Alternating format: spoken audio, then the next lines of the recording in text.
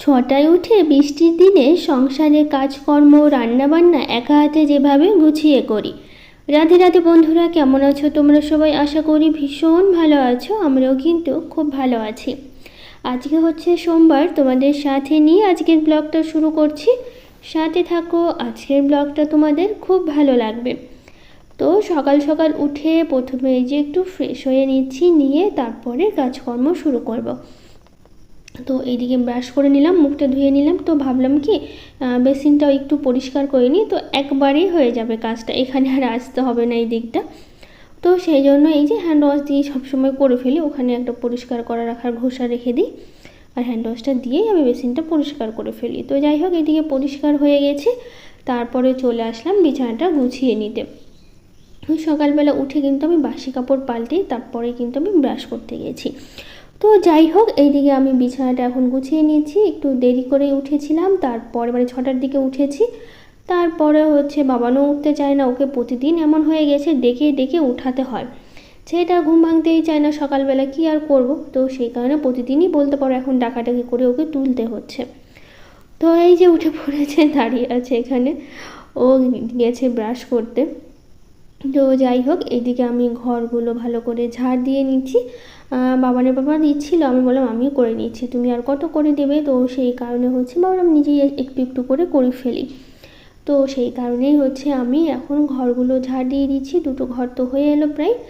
এখন সোফাটা একটু গুছিয়ে নিই। এই তো এখানে সবসময় বসা হয়, তো সবসময় একটু অগোছালোই থাকে, তো চেষ্টা করি একটু গুছিয়ে রাখার জন্য। তো এইদিকে বাবানের জামাটাও সোফাতে রেখে দিয়েছিল, সেটা সরিয়ে দিলাম। এখন আবার ডাইনিংটা আমি ঝাড় দিয়ে নিচ্ছি। ডাইনিংটা ঝাড় দিলেই হয়ে যাবে, উঠানটা তো আর ঝাড় দিই না, ওটা বাবানের পাপাই করে ফেলে। তার মধ্যে এখন এত বৃষ্টি হচ্ছে, প্রতিদিন বৃষ্টি, মানে কি বলবো, বৃষ্টিটা এরকম টাইম মানে রাতে হচ্ছে, সকালবেলা ঘুম থেকে উঠেও দেখবো বৃষ্টি হচ্ছে। কটা পর্যন্ত? একদম 10টা পর্যন্ত। ওদের স্কুল টাইমটা যেই পর্যন্ত থাকে ওই টাইমটা পর্যন্ত বৃষ্টি হয় প্রতিদিন, একদম মানে কি বলবো, জোরে জোরে 10টার দিকে হয় না, তখন ধরো ঝিরি ঝিরি হালকা হালকা পড়ছে। ওই 10টা পর্যন্ত, ওই টাইম পর্যন্ত হয়। ওরা প্রতিদিন বলতে পারো বৃষ্টি মাথায় নিয়ে স্কুলে যেতে হয়, ঝিরি ঝিরি পড়তেই থাকে। ওই অবস্থায় তাড়াতাড়ি করে বেরোয়। ওরা যাওয়ার কিছুক্ষণ পর আস্তে আস্তে কিন্তু বৃষ্টি একদম পুরো থেমে যায়, তখন একটু হালকা পাতলা রোদ্র ওঠে, এরকমভাবেই চলছে। তো যাই হোক, এদিকে ঝাড়টা দিলাম। এত খিদে পেয়েছিল, কলা মুড়ি আর ড্রাই ফ্রুটস খেলাম। আমি খেয়ে দিয়ে আবার কাজ শুরু করেছি। তো ডিম সিদ্ধ করার আর সময় হয়, মানে সময় বলতে গেলে অতক্ষণ আর বসে থাকিনি, খিদে পেয়েছিল প্রচণ্ড।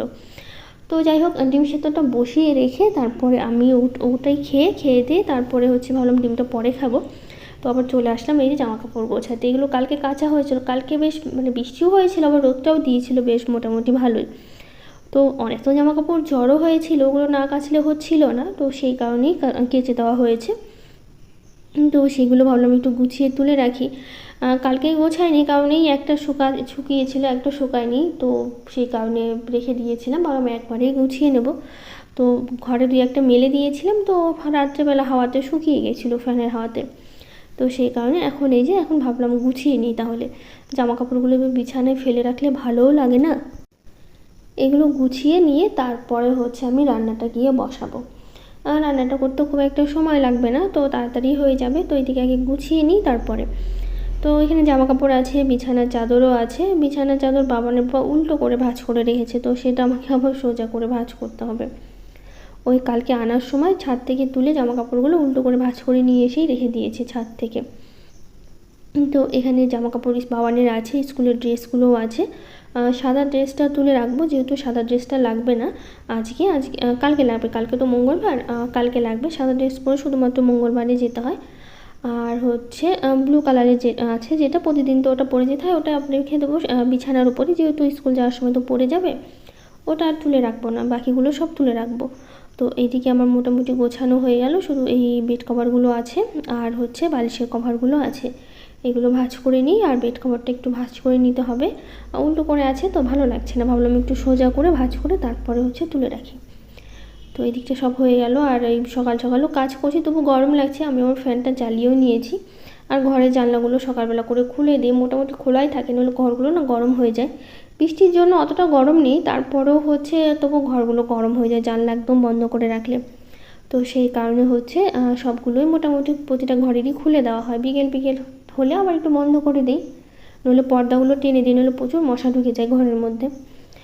তো এইদিকে আমি জামা কাপড়গুলো গুছিয়ে নিচ্ছি, কিছুটা রেখে দেবো আর কিছুটা হচ্ছে গুছিয়ে নেবো। এই ঘরে কিছুটা রাখবো, আমাদের ঘরে কিছুটা নিয়ে যাব আলনাতে গুছিয়ে রাখার জন্য। তো যাই হোক, তারা রায় দিদিভাই বলেছে, দিদিভাই আমাদের এখানে 1 সপ্তাহ ধরে বৃষ্টি পড়ছে, জানো তোমাদের ওখানে কেমন বৃষ্টি পড়ছে আর কেমন আছো বলো। আমি খুব ভালো আছি, তুমি কেমন আছো অবশ্যই জানিও। আর বৃষ্টির কথা বলতে গেলে আমাদের ওখানেও এইরকমই 1 সপ্তাহ ধরে বৃষ্টি হচ্ছে, কিন্তু একটানা বৃষ্টি হচ্ছে না, 2-1 দিন হয়েছিল ওরকম, ধরো সকাল থেকে একদম বিকেল পর্যন্ত সারা রাত এরকম বৃষ্টি হয়েছিল। কিন্তু বৃষ্টি হচ্ছে, আবার ধরো একটু পরিষ্কার হচ্ছে, একটু হালকা পাতলা রোদ্রুও দিচ্ছে, আবারও বৃষ্টি হচ্ছে, এরকমভাবেই চলছে। কিন্তু বৃষ্টি আমাদের এখানেও 1 সপ্তাহের বেশি দিন ধরেই চলছে এরকমভাবে। তো এরকমই চলছে। তো যাই হোক, এদিকে জামা কাপড়গুলো গোছানো হয়ে গেল, চলে আসলাম রান্নাঘরে। অনেকগুলো বাসন জমেছিল যেগুলো রাত্রেবেলা ধোয়া হয়েছিল, তো ভাবলাম কি বাসনগুলো আগে গুছিয়ে নিই। এইদিকে আমি হচ্ছে ভাত বসিয়েছি, আর আজকে মাছের মাথা দিয়ে মুগ ডাল রান্না করব। তো মুগ ডালটা আমি ভেজে না বসিয়ে দিয়েছি, তো ওইদিকে সেদ্ধ হচ্ছে আর ভাতটাও রান্না হচ্ছে। এগুলো আমি করে নিয়েছি, নিয়ে তারপরে হচ্ছে বাসনগুলো গোছাচ্ছি। আজকে রান্না করব হচ্ছে মুগ ডাল রান্না করব মাছের মাথা দিয়ে, আর করব হচ্ছে মোচা, যেটা আমি কালকেই বেছে রেখেছিলাম, কাটা হয়নি, মানে আমি বাছিনি, বাবানের পাপাই বেছে দিয়েছিল রাত্রেবেলা, মানে বাজার করে নিয়ে এসেছিলো। কালকে হাট বসে আমাদের এখানে রবিবার করে, তো এই মোচাটা হচ্ছে বেছে রাখা হয়েছে, শুধু কাটা হয়নি। তো এখন আমি কেটে রেখে জলে ভিজিয়ে নিই, তারপরে হচ্ছে সেদ্ধ বসাবো। আর ওইদিকে ডালটা আর হচ্ছে ভাতটা হচ্ছে, আর রান্না করব হচ্ছে করলা ভাজা, পটল ভাজা, এগুলোই হচ্ছে আজকে রান্না হবে আমার। তো যাই হোক, কালকে মাছ এনেছে, তো মাছটা আমি আর করলাম না, মাছের মাথাটা দিয়ে শুধু ডাল করলাম, মাছের ঝোল আর করবো না আজকে, কালকে করে নেবো। মোচাটা আছে, তো ভাবলাম যে মোচারই তরকারি করি আর মাছের মাথা দিয়ে ডাল করি, তো আর কি আর মাছের ঝোল করবো, তো সেই জন্য মাছগুলো রেখে দিয়েছি। তো এদিকে মোচাগুলো কাটা হয়ে গেছে, এদিকে আমি একটু মশলা করে নিই মোচার জন্য। একটু আদা, জিরা, লঙ্কা এগুলো দিয়ে একটু মশলাটা করে নেবো। আজকে মোচাটা আমি আতপ চাল দিয়েই করব, অল্প করে একটু আতপ চাল আছে, তো ওটা দিয়ে হচ্ছে রান্না করব সেই কারণে। তো এদিকে মশলাটা আমি সব নিয়ে নিচ্ছি, আদাটা আমি কেটে নিয়েছি, শুকনো লঙ্কা, জিরা, আর একটু ভাবলাম ধনিয়া দিই। আর ধনিয়া খুব একটা খাওয়া হয় না আমাদের, খুবই কম খাওয়া হয়, মাঝে মধ্যে কখনো ইচ্ছে হলে আমি দিই, তাছাড়া সেরকম ধনিয়া আমার খাওয়া হয় না বললেই চলে। তো এইদিকে মশলাটা আমি করে নিই, ওইদিকে ডালটা আমার সেদ্ধ হয়ে গেছে, আমি ঘেটে মানে ডালটা মানে ভেঙে গুঁড়ো মানে ইয়ে করে আর কি, কী বলবো বুঝতে পারছি না। তো যাই হোক, জল দিয়ে দিয়েছিলাম, তো ফোড়ন দেবো এখন ডালে। তো এই যে আদা, শুকনো লঙ্কা, জিরে, তেজপাতা সব ফোড়ন দিয়ে এখন দিয়ে দেবো মাছের মাথাটা। আমি আলাদা করে আর ভাজিনি, ভাবলাম একবারে ফোড়ন দেওয়ার সময় ভেজে নেব, সেই কারণে আলাদা করে আর ভাজা হয়নি। তো দেখো, একদম ভেঙে সুন্দর করে ভাজা ভাজা করে নিয়েছি মাছের মাথাটা। এখন এর মধ্যে দিয়ে দেবো ডালটা দিয়ে একটু আমি একটু ভাজা মশলা দেবো, তাহলে গন্ধটা বেশ ভালো আসবে আর খেতেও বেশ ভালো লাগবে। তো দেখো, ডালটা একদম একটু মানে মাছের মাথা দিয়ে করছি, তো তাই ভাবলাম একটু ঘন করেই করি, কারণ মাছের মাথা দিয়ে ডাল না পাতলা ভালো লাগে না, একটু ঘন ঘনই ভালো লাগে, তো সেই কারণে করছি। একটু দিয়ে দিয়েছি ভাজা মশলা, তো ডালটা একটু কিছুক্ষণ ফুটিয়ে নেব, তাহলেই হচ্ছে ডালটা আমার হয়ে যাবে। আর ভাতটা কিন্তু হয়ে গেছে, আমি ভাতটা উপর করে দিয়েছি। তো এখন আমি রান্না করব হচ্ছে কলার থোরটা রান্না করব। এদিকে জিরে, শুকনো লঙ্কা, গোটা গরম মশলা ফোড়ন দিয়েছি, আর ছোট ছোট করে একটা আলু আমি কেটে নিয়েছিলাম, সেই আলুটা দিয়ে কিছুক্ষণ ভাজা ভাজা করব। আর আমি চালটাও আমি ধুয়ে রেখেছি, তো দিয়ে দিলাম হচ্ছে চাল, তো চালটা দিয়ে একটু কিছুক্ষণ ভাজা ভাজা করে নিই। আর মোচাটাও আমি কিন্তু লবণ হলুদ দিয়ে সেদ্ধ করে নিয়েছি। তো যাই হোক, আরও কিছু দিদিভাইরা কমেন্ট করেছে, Aslema Khatun, Sultana, Shreyasi blog, Chumki, Mina Sikdar, Joy and mom, Kabita, Samia Akhtar, আমার সিম্পল জীবন, মহুয়া, কবিতা দাস, রিন্টি হালদার, সবাইকে থ্যাংক ইউ, অনেক ভালোবাসা এত সুন্দর সুন্দর কমেন্ট করার জন্য।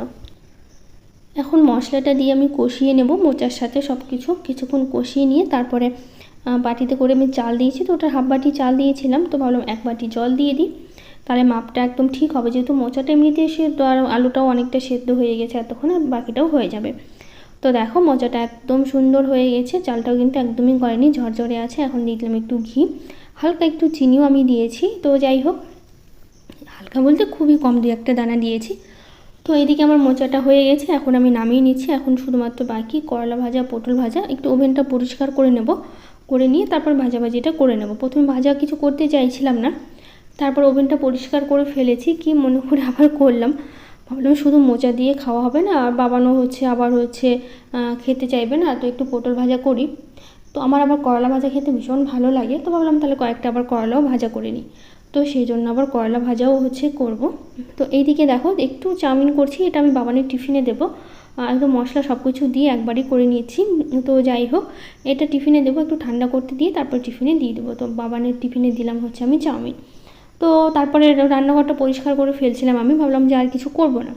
তারপরে আবার কি মনে হলো, তখন আবার আমি নিয়ে আসলাম হচ্ছে পটল, আবার করলা নিয়ে এসে আবার কাটলাম, কেটে তারপরে আবার ভাজা শুরু করে দিলাম। তো সে কারণে হচ্ছে আবার এই যে পটলগুলো ভাজছি, একদম রান্নাঘরটা পরিষ্কার করে নিয়ে তারপর আবার ভেজে নিচ্ছি।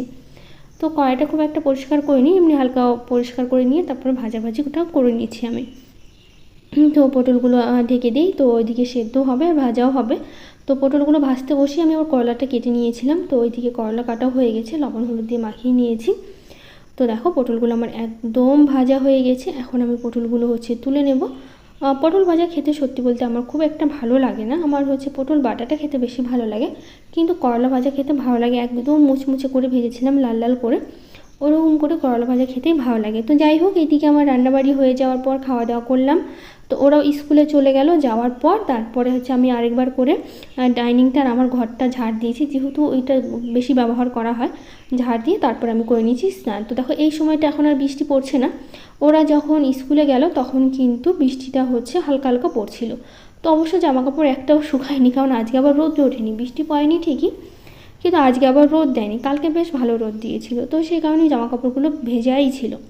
তো যাই হোক, আজকের ব্লগটা কেমন লাগলো জানি, আজকের মতো টাটা।